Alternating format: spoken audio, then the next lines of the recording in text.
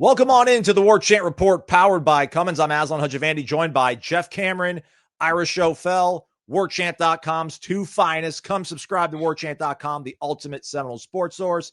And then go follow Cummins Lifestyle over on Instagram. It's all one word. They're the reason why we get powered up every single week to bring you the preview show that everybody turns to before the Noles take on their next opponent.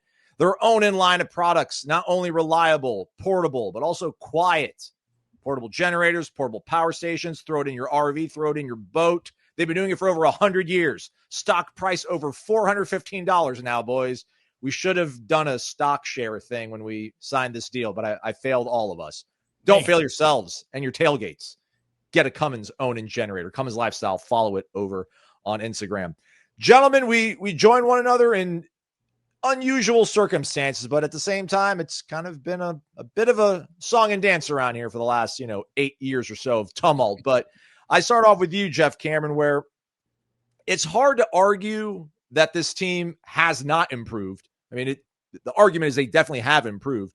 But it feels like some of that stuff from 2024, is it lurking and seeping back into this team in crucial moments in some of these games where they had opportunities to pull away, but they have not?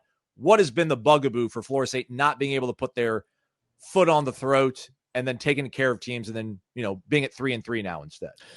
I think certainly some of that doubt, some of that uncertainty, some of that lacking of confidence and the ability to trigger on defense and execute a competent game plan that you trust and believe in, and the guy next to you. You're watching a lot of guys look very hesitant, and that is reminiscent of some things we saw a year ago. You're absolutely right, Aslan. This is a much better football team than the team was a year ago.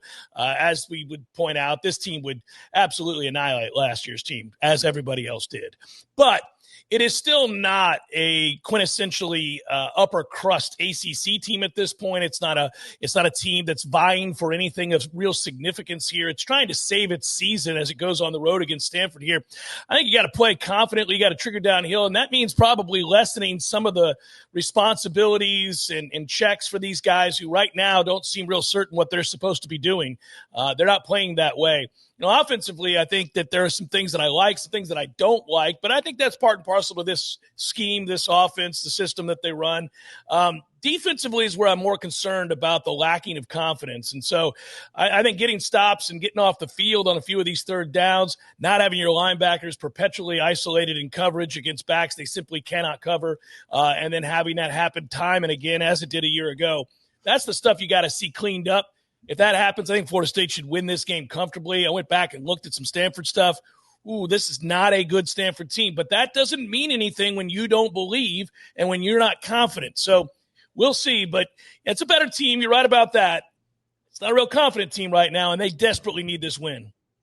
Ira, is the ghost of 2024 like lurking over the shoulder of a lot of these guys that were here last year? Or how much of it could be just this pursuit of the edge, and maybe they are getting a little bit tight trying to show that they have that killer edge in those crucial moments? I don't know. I don't know that there's a huge correlation from last year to this year in terms of it's not necessarily, there's certain things we see that remind us of last year. But overall it's like new issues. And I think that's what happens when you have a wholesale change on your coaching staff. We talked about what Florida State was trying to do this offseason, was trying to kind of get a restart, a reboot after a 2-10 season. Usually you have to fire your head coach to do that. They didn't do that. They wanted to keep the head coach, partly because of his buyout, but then replaced everything else. They replaced the engine, the transmission. They got new tires. They tried to do this whole overhaul. But the problem is, and what we all know about sports, certainly college football, is new coaches don't normally have a seamless transition. A first-year coaching staff doesn't usually have tremendous success. There are growing pains. There are guys learning new systems. There are coaches learning new players. So you have all of those challenges where you have Tony White trying to figure out this personnel, these players trying to figure out Tony White. Same thing on offense. It's been better, but it's not been seamless on offense either. So you have all that going on, which is normal with a new coaching staff. That's all normal. The problem is Mike Norvell still has 2-10 hanging around his neck from last year. So every loss feels like a continuation of that. And so that's the problem. Yes, they're improved, but they're not improved enough to make people feel like, okay, last year was a thing of the past. So that's going to be the challenge they face. Now, to Jeff's point with Stanford, and we'll talk a little bit more about Stanford, I'm sure, but they're not good. But it's not going to be enough to just win this football game to make people feel better. Like you can't just be not as bad as Stanford. So people are going to want to see real improvement, better tackling, better coverage, better schemes, better execution on both sides of the ball. And then at least I don't think you're gaining fans back. I don't think you're getting people back on your side if you're Mike Norvell, but at least you're not adding to the army of discontent, which is what has been happening these last few weeks. To Ira's point, Jeff, this season was like, let's reset, overhaul, get 8 wins, build for the future. Theoretically, they're still on that path of winning 8 wins, but no one is seemingly happy. Would a vote of confidence do more harm or good right now, do you think, for the head coach if the AD were to say something? Oh, I don't know that you want to go that route. Every vote of confidence I've ever heard is the precursor to a firing. I understand what you're saying. They got to go win games. In fact, I need them to talk less. I don't need anybody to say anything. Just go win some football games and look buttoned up. I understand for recruiting and things like that, at some point down the line, you may have to address the certainty or uncertainty centering around the coaching position. But no, just go win football games. Go look better. Stanford sucks. Go win a football game. It was like a unwritten contract we all signed, Ira. It felt like, like win 8 games, we'll keep you around, we'll build for the future. So like that's still a possibility, not a probability probably. So, everybody's upset now because it's actually reality and these losses are starting to pile up. Like, would it be a good idea for Michael Alford to give the fans an idea of like what the expectations were and if they're being met right now? Yeah, I don't know. I mean, I think you'd have to be a really gifted speaker. You'd have to really nail that message. And I'm not sure that Michael Alford, no offense to Michael Alford, I'm not sure he's pulling that off. But it's a fine line. You don't want to, as Jeff said, you don't want to give the kiss of death vote of confidence where nobody really believes it's a true vote of confidence. You also don't want to put yourself in a hole where, Florida, University of Florida last year came out and said Billy Napier's coming back next year. And then it kind of worked out okay until it didn't. And so short of saying Mike Norvell's not going anywhere, he's 100% coming back next year, that would, I guess, help with some recruits and some stability. I don't know if it helps with the fan base, and you might just put yourself into a hole by locking yourself into something. So, yeah, I wouldn't say anything either. But I do think to that point about the 8 wins, I mean, that's why this is such a weird time for this program and for Mike Norvell, because I don't think his fate is sealed right now by that Pitt loss.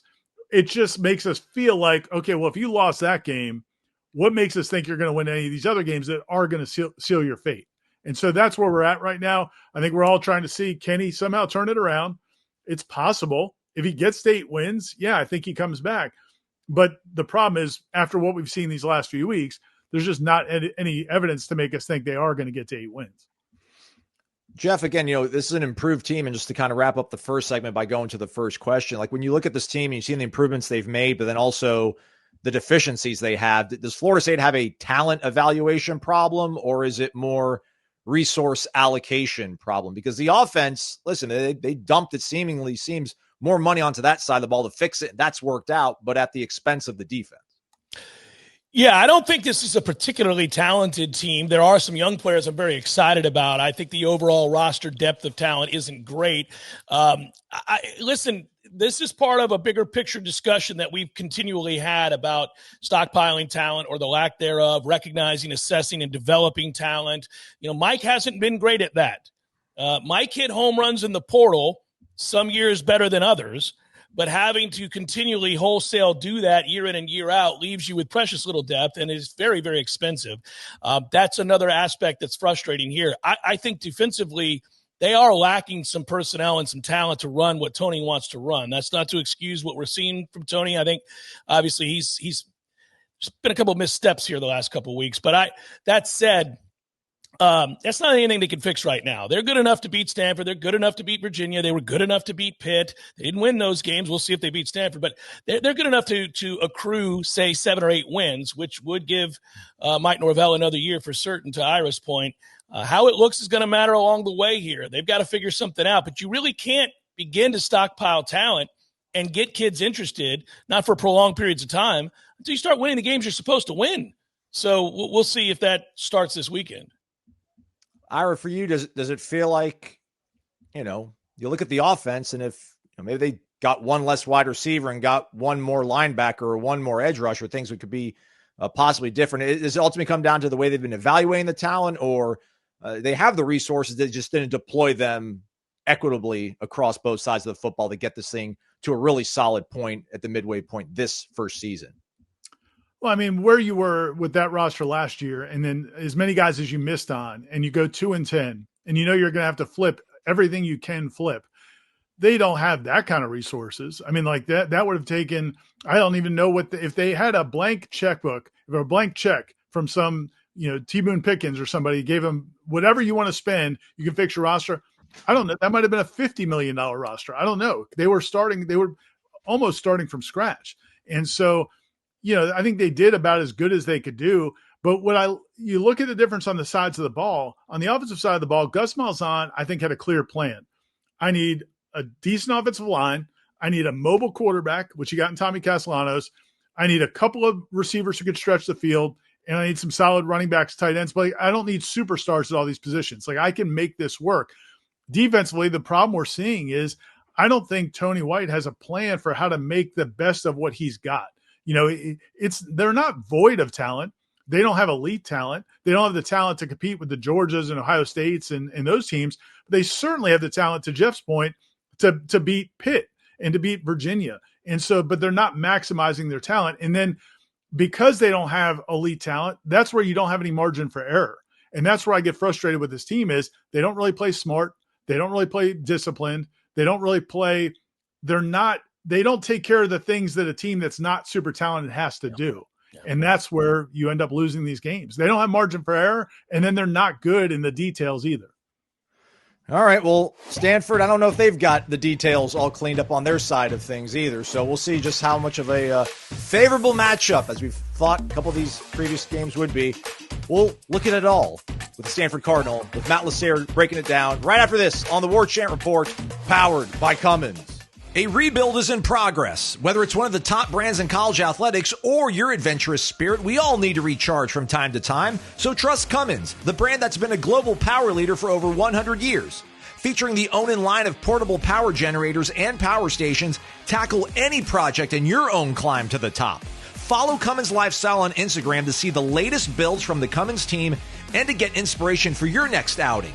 And get your questions into the Renegade Express mailbag. Be the one that's generating discussion to earn entry into the December grand prize drawing for a portable generator or power station from Cummins. Cummins Lifestyle on Instagram.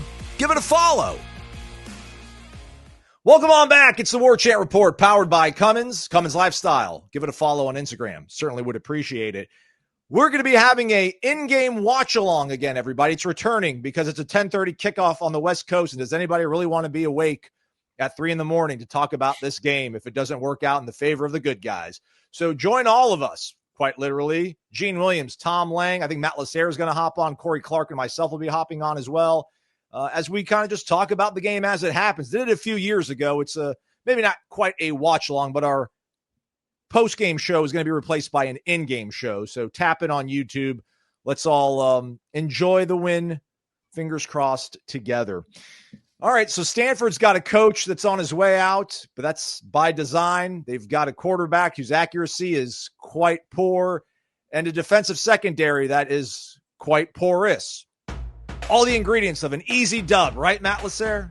All right, welcome back to another week of going over our opponent here on Warchant Report. Today we have Ben Parker of Cardinal Sports Report. Yeah, so let's just start with basic offense. What kind of weapons does the Stanford team have, and what should Florida State watch out for when it comes to the Cardinal? Yeah, as far as the offense is concerned, quarterback Ben Gilbranson got off to kind of a rocky start, to say the least. There were a lot of people that were kind of wondering why he won the starting job in the first place, given how poorly he was playing. But I think what's clear is that this is a case where coaches know more than fans, right, in terms of knowing what's best for their team and who the best quarterback is. And as the season's kind of gone on, Gulbranson has settled in a lot more. His throwing has been quite accurate when he's been given the time, and I think something to really look for is the deep ball. He's been really excelling in his deep ball passes. Bryce Farrell has been a really key weapon for him in the deep ball. And then wide receiver C.J. Williams has been very steady. And then tight end Sam Roush is a guy that's been really key to their success. They're 2-0 in games when he scores a touchdown, and they're 0-4 in games when he doesn't. That's a stat that's been interesting. Yeah, no, he's been really, it's key. And then, good running backs and Micah Ford and Cole Tabb, especially Ford, but Tabb coming along. So there's some definite weapons there that they have at their disposal. Yeah, and then moving on to the defensive side of the ball, I guess we'll start up front. I know Clay Patterson because I went to high school with him, but what other key pieces are there to that defensive front? Yeah, we mentioned Clay. He's been really key. He's been an absolute force up front. He's been great at getting to the quarterback. Really been, kind of anchoring that defensive line in terms of just like making plays in the backfield, putting pressure on the quarterback. Other guys on the edge, Teva Tafidi, outside linebacker, has been really good at getting to the quarterback. Same kind of thing, bringing that edge blitz. Safety Scotty Edwards, he got a quarterback sack last week against SMU, and that wasn't his first one of his career. So he's been a really good kind of weapon for him. Cornerback Colin Wright is widely considered one of the top cornerbacks in the ACC. So he's been really good for him. And then really a guy who's really emerged is middle linebacker Matt Rose, who when he committed to Stanford was a 2-star recruit, and not a lot of people knew about him. And he has emerged into not just a starting linebacker role, but really being kind of the heart and soul of this defense. Very physical, really a hard hitter, to kind of taking on the mantle from last year's ILBs and Tristan Sinclair and Gaithan Burney did in terms of that hard-hitting edge. So those are kind of the key names that kind of stand out that I think Florida State fans should most be aware of.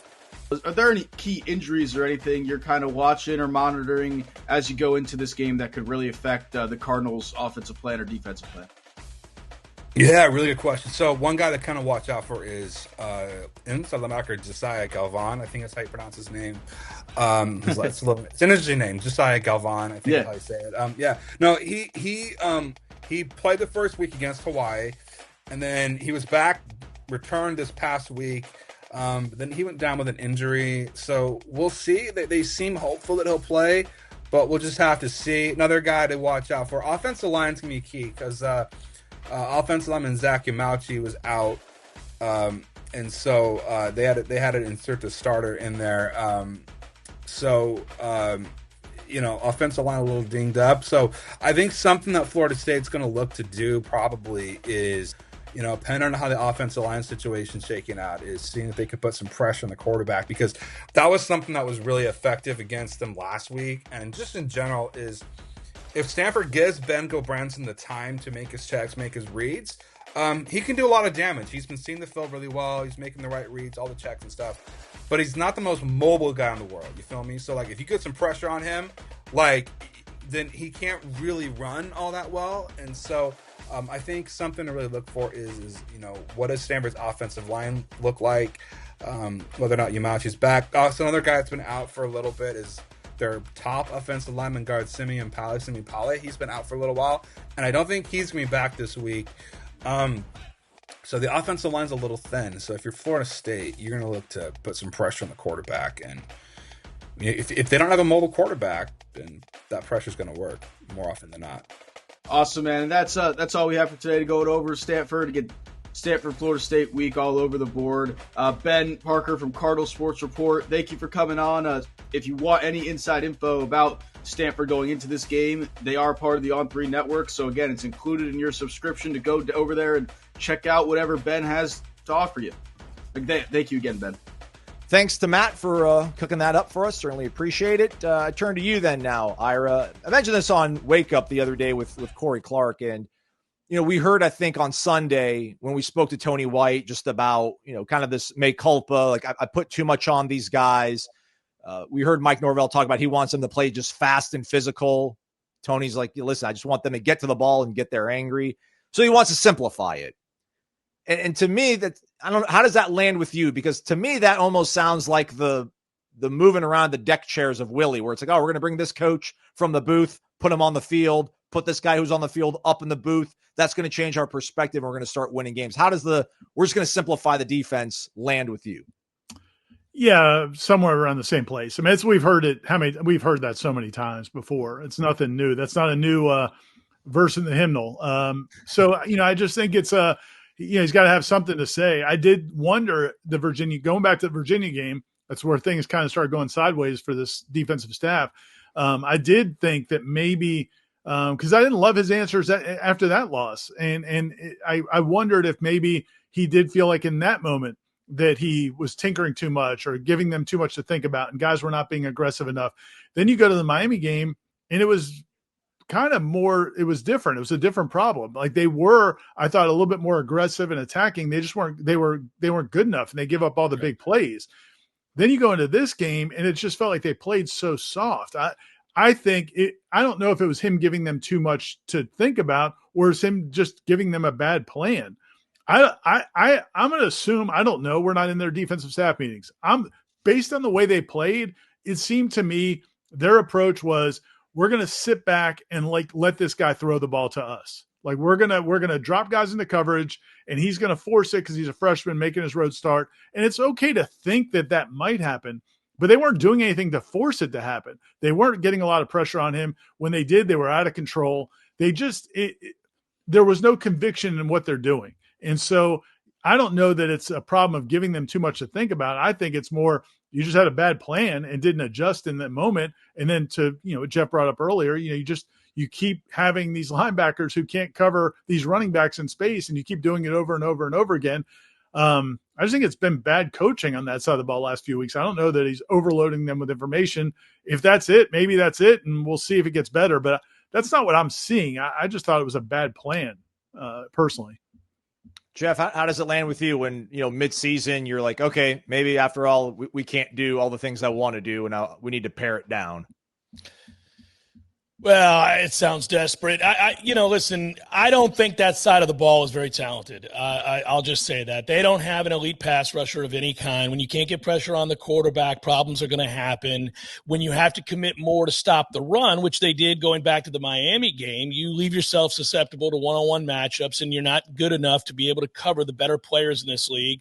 So you just have a lot of problems that you can't fix until you get better players in here. But now I do believe, as Ira said, they're compounding the problem because you've got a bunch of confusion, a bunch of guys that are lost. So they're lacking real talent and they're confused. Well, then you get what you get here. You get a lot of no stops and inexplicable results and frustrating moments where you can't get off the field on third down and guys are rushing out of control, desperate to make a play. There's no real belief that they're going to make a play, just a hope. And I think that's tough to watch. I do think you should pare it down. I mean, I do think you can simplify it. That leaves you susceptible to some more complex plans. I don't know that Stanford's going to provide that plan. So you ought to be all right there. There will be teams that can do something about it. You've already faced one. Miami could have done whatever they wanted in the first 3 quarters of that game and probably in the fourth if they had chosen to. So I just, it's aggravating. Every micro discussion leads to the macro discussion of how Florida State finds themselves in this position. I probably have to stop ringing that bell because it can't be fixed right here, right now. You got to go try to win a game. So, put guys in a position to succeed, things that they can do. Every guy on his team has something that they do well. They're not, as Ira said, completely devoid of talent. They have something they can do well. Try to maximize whatever that is, and then go from there. But again, some things, as you watch these games play out, are going to be the direct result of not having the personnel that can make a difference. Like, you can't manufacture an elite defensive end that's going to get pressure on the quarterback if you don't have one. They don't have one.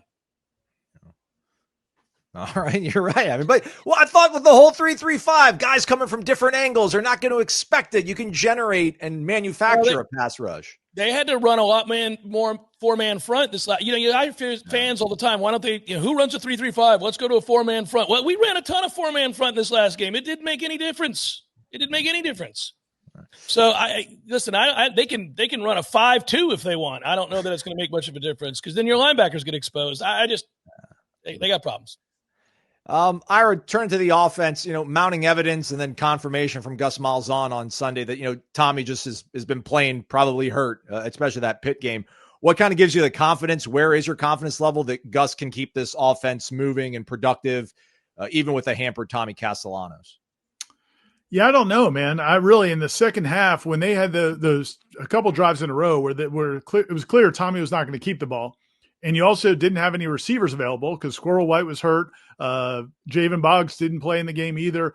Deuce Robinson gets hurt in the game. Brandon Pittman, your top tight end, is out. So you didn't have your weapons in the passing game. You've got guys who basically were on the scout team a couple weeks ago out at wide receiver. And you're trying to just run the ball every down because Tommy's not healthy. My point at that point was, what's the point of having Tommy out there? If he's not going to keep it and you can't throw it, why not put Kevin Sperry in just because he's athletic? He's more athletic right now because he's willing to run. And so I don't know, man. And listen, this is not like just a, hey, bad luck thing. This was probably the number one concern going into the season about this offense was, yes, he's got a mobile quarterback, and that's what he needs for this offense to work. But this kid's not built like Cam Newton. And if he gets banged up, where do you go from there? Well, if you do have the talented receivers, if you've got your full complement of receivers, I don't think it's the end of the world. He has shown he could throw it some. But, man, when you don't have the receivers either, and Tommy's not going to be willing to run, you're in deep trouble. So I don't know. I'm curious to see how healthy he is this week. If it's something he can bounce back from. It's not clear what he banged up earlier. It was an ankle, I think. This might not have been. It might have been something in his midsection or his body that maybe doesn't heal as quick. So we'll see. But if they don't have their receivers back, and we don't know right now, they might get some of those guys back. I think they'll get maybe one or two of them back. But if you don't have your best receivers available and he's not willing to keep it, now maybe Stanford can't do anything about it. But this offense is not going to work if the quarterback's not going to keep it and you don't have your best receivers. How about you, Jeff? I think you and I are kind of aligned when it comes to the way we assess and value like Gus's offensive, schemes and design. But it's been working. Can it keep working if Tommy is banged up and unwilling to run, as we saw in the second half? No, not at all. We become very, very easy. This is the least sophisticated passing offense in the Power Four. So it's all predicated on the ability to run the ball with your quarterback. We don't need to relitigate this. I'm not a huge fan of the offense. It is what it is, though. They made the decision. They went down that path. They decided to go that route. You've got to find a way to run the quarterback. If this quarterback can't run, you better get somebody in there who can, because he's not an elite passer. He's a decent passer. So you better find somebody who can run the football. It opens everything else up. I also thought Gus coached scared to death in the second half. I resented what he was doing in that second half. It wasn't only until they were so desperate and realized they were going to lose the game that he bothered to open up a little bit and allow him to throw the football. You had the sideline pass over there. I think it was to McCoy, right? There were opportunities to throw the football there. Pitt had figured out pretty, early on, oh, so he's not going to go? Okay, cool. You can't play that way. You can't play completely scared to death of your quarterback, scared to death of your offense. You've got to play your offense, and if it's with guys that you didn't design or that you had hoped that you wouldn't have to play, so be it. It's next man up. Every coach says that all the time, right? Well, go to the next man up if that's the case. Hopefully Tommy's fine. Hopefully he'll come back strong. Hopefully he's healthy enough to be the player that he can be, because there are some attributes I do like about Tommy. But, man, if he can't be that guy, you can't have him in there. You got to move on. But to my point, though, about the receivers, though, is if you do have the 6'6" Deuce Robinson, you've got a Squirrel White, and if you have elite athletes that can win one-on-ones, you still have a chance. Oh, without question, Ira, I'm with you. If you don't have those guys, you're seriously lessened as to the options and the effectiveness of what you can do. I don't disagree, but I still think you just got to run the offense and its next guys up. If you don't have everybody, you can't give away to the defense that you're not going to run your plays. You're just going to go ahead and run the ball up the middle every play. All right. Hayes in the barn, everybody. So we go to the last part of the show, best part of the show, most people would say. Game picks, game predictions. It's all coming up next on the Warchant Report, powered by Cummins. Coming soon. On the field, a resurgent Florida football team, we all hope. And off the field, the Cummins own and QG 7000i DF. The DF standing for dual fuel. That's right, a generator that can run on gasoline or liquid propane. Available later this year, the Onan QG 7000i is a great fit for your Class A or fifth wheel RV. In addition to the versatility of dual fuel sources, the QG7000i delivers world-class engineering from Cummins that results in low vibration, clean exhaust, and electric fuel injection for better efficiency and less maintenance. Follow Cummins Lifestyle on Instagram for more information and be the first to know when the QG7000i drops. Cummins, a world power leader. Welcome back. It's the Warchant Report powered by Cummins. I'm Aslan Hajavani, joined by Jeff Cameron and Ira Schofel. Follow Cummins Lifestyle on Instagram. It's going to give you all the inspo, as the kids say, I think. I don't think the kids say that, but nonetheless, the inspiration to see what you can do when you've got portable, reliable, quiet power. So you can go out to the great outdoors, you can tailgate, have all the fun you want on your weekends and your downtime when you've got a Cummins own-in portable generator in your arsenal. Check them out, Cummins Lifestyle. It's all one word over on Instagram. There's a Knoll high up on the food chain that supports the program. So that's how it all ties back to your favorite program, everybody. Programming note. Do we have a pregame show kickoff time for you and Tom Lang, Jeff Cameron? I don't know what time we're going to run it, but Tom and I are going to do it. So I know we're definitely going to have a pregame show. All right. Well, check out warchant.com for the details on when that drops. We'll be having a live show during the Stanford game, which kicks off at 10:30 on ESPN. All hands on deck. Gene Williams, Tom Lang, Matt Lasser, myself, Corey Clark, hopping in and out of the live chat on YouTube to talk about the game. So come join us if you're not going to be in Palo Alto with Ira. All right, we're going to make our picks here in a second, but let's draft. Maybe have a human shield from the rest of our staff over at warchant.com. Gene Williams, start us off, please, sir. All right, Florida State for a late night contest on the West Coast against Stanford. Can they finally get off the schneid and win an ACC game? Boy, they are due for one. Stanford, not one of the better teams they're going to play all season, definitely. They have 2 wins on the season so far, a 1-pointer against San Jose State, and their other victories against BC. By the way, BC has not won a game against an FBS opponent this season. So it's not surprising. Vegas has the Noles as a 17.5-point favorite. I like them in this one. The thing I don't know at the time of this recording is the state of the health of a lot of FSU players, especially that receiving core. We think Deuce and a couple other of these receivers will be back. We hope Randy Pittman will be back.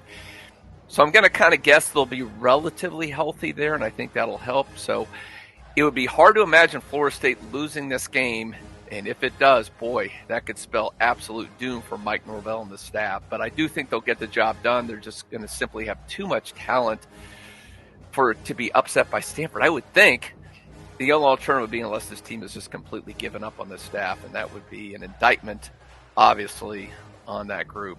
So I'm going to give me the Noles, 37, the Cardinal, 17. What's up, sports fans? I know you big guys have been waiting all week for this with bated breath because I've been crushing these picks all season. I knew they'd beat Kent State anyway. I am going to pick Florida State to win. I think Stanford is that bad that it probably shouldn't even be competitive in the fourth quarter, especially if Pittman and Deuce and the Squirrel are back. I just think Florida State has too much for Stanford, even though they'll all be half asleep by midnight their time or 1 a.m. their time. So I'm still going to say Florida State 35. Let's say Florida State 38, Stanford 22. But I think it'll be comfortable.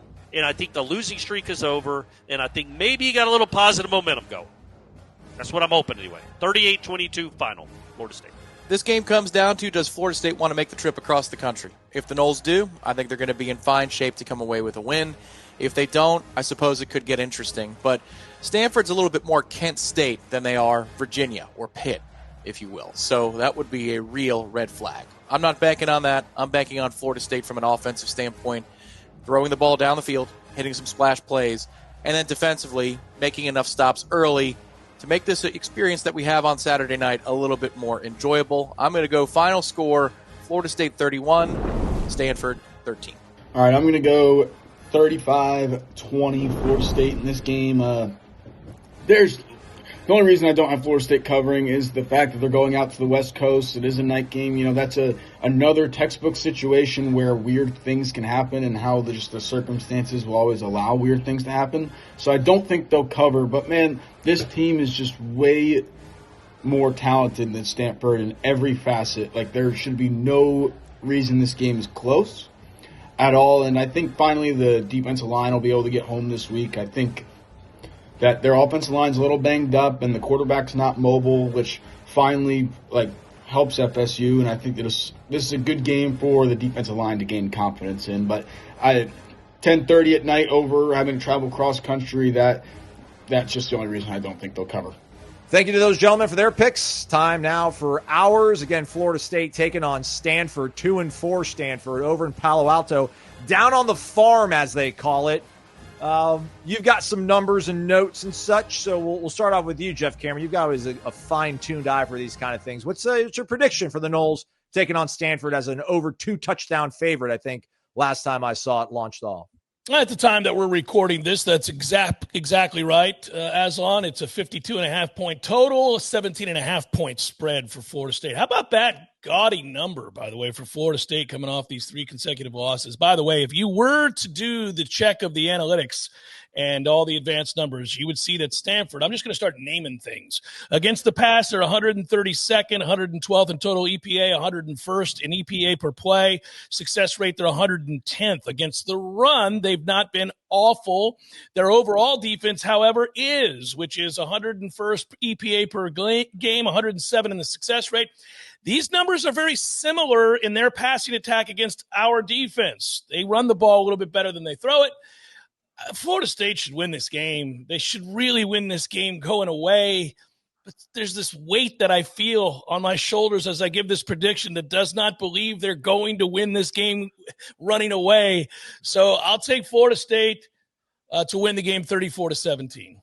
Okay. Wow. All right. Well, that's running away, it feels like. Stanford's terrible, man.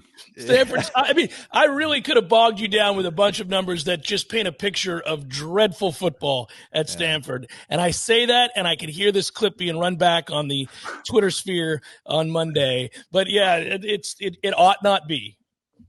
Ira, your thoughts on this matchup against what we think is an outmatched Stanford Cardinal? First ever matchup between these two great programs, by the way, everybody. Yeah, I mean, to Jeff's point, and our guy Matt does the matchup analysis for us, and he's texting me as he's doing it and going through the numbers and position by position, and he's like, and just over and over, it's just like, man, Stanford sucks. They're so bad, and they are. And Florida State should just punish them. And if you had a healthy Tommy Castellanos and you had a healthy wide receiver core, I don't have any doubt this could be a game where Florida State gets into the 50s, even on the road. I mean, I think that's how much they struggle on defense. But I don't know, man. I really don't know where this team's at. I mean, I don't know where this team's at physically. And then you got to come off of 3 straight losses and then go on the road, not just go on the road, but go across the country. They're going to leave on Friday. We all know that Florida State practices in the mornings, but they're going to leave on Friday, go out to California, and then play a game, which is an East Coast time, 10:30 at night.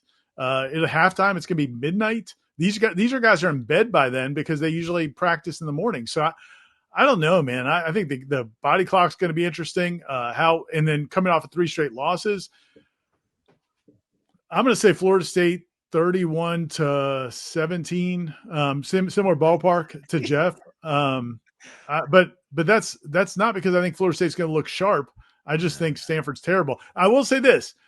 I don't think Mike Norvell can get people back on his side this week. I don't think there's anything the staff can get people fired up about. But it would be nice if you win this game because you look good and not just because Stanford's so bad. So that would be great. Go out and score 42, 45 points on the road. Hold them to 10 points or 7 points. That would be great. But it's just hard to predict, man, after we've seen these last few weeks. Virginia dropped 48 on this Stanford team, just for reference, everybody. But Stanford had to go all the way over to the East Coast for that game. Yeah. They're at home on the farm, boys. Yeah. This is their Super Bowl other than the game against Cal. And I watched them against SMU. They were in the fight for most of it. They had 1 or 2 plays that got away from them. And, they had a 4th and 1 blocked up for a touchdown, but their tight end falls down, whiffs on a block. They get stuffed. SMU turns around and busts off like an 80-yard touchdown run. I don't know if we're that clutch. So I don't know if we're that clutch to pounce on these things. I don't know if I really believe it in my heart of hearts. I'm going with the upset again. I'm going to go 28 Stanford, Florida State 27. We've got players who weren't even here in 2022 talking about, in 2022, the same thing happened, as though that has any bearing on this current team. Don't like the way that sounds. But hopefully I like the way it sounds when Florida State wins and everyone's talking crap to me on the internet machine. So, that's where we're at. I was in such a state of shock because I saw where you were going. What was the score you picked? 28-27. All right. So we'll do an emergency Warchant report about who the next coach is going to be when that happens. Because 28-27, he's gone, man. We start talking about the hot list, boys. Yeah. All right. Don't forget, watch the game with us as it unfolds. Maybe this is the turning point. Maybe it is 2022 all over again. And I don't know who caught the can. Maybe it was Georgia Tech coming out of the bye week after the 3-game losing skid. And listen, that was an interim coach, Brent Key. Frank Reich, interim coach. I should have realized that when I made my pick. But join us for a live in-game watch-along over on Warchant TV. In the lead up to the game, check out the Jeff Cameron Show, 1 to 4 o'clock weekdays. He and Tom will also have a pregame show. Check warchant.com for the times on that. And all the writing from Ira Schofel, Corey Clark, and everyone else over at warchant.com. It's only $1 for a week, and you get a complimentary year subscription to The Athletic. What are you waiting for? We also might be talking about hot board, so you're going to want to join us for that. That's Jeff Cameron and Ira Schofel. I'm Aslan Hajivani. Thanks for watching the latest edition of the Warchant Report, powered by Cummins.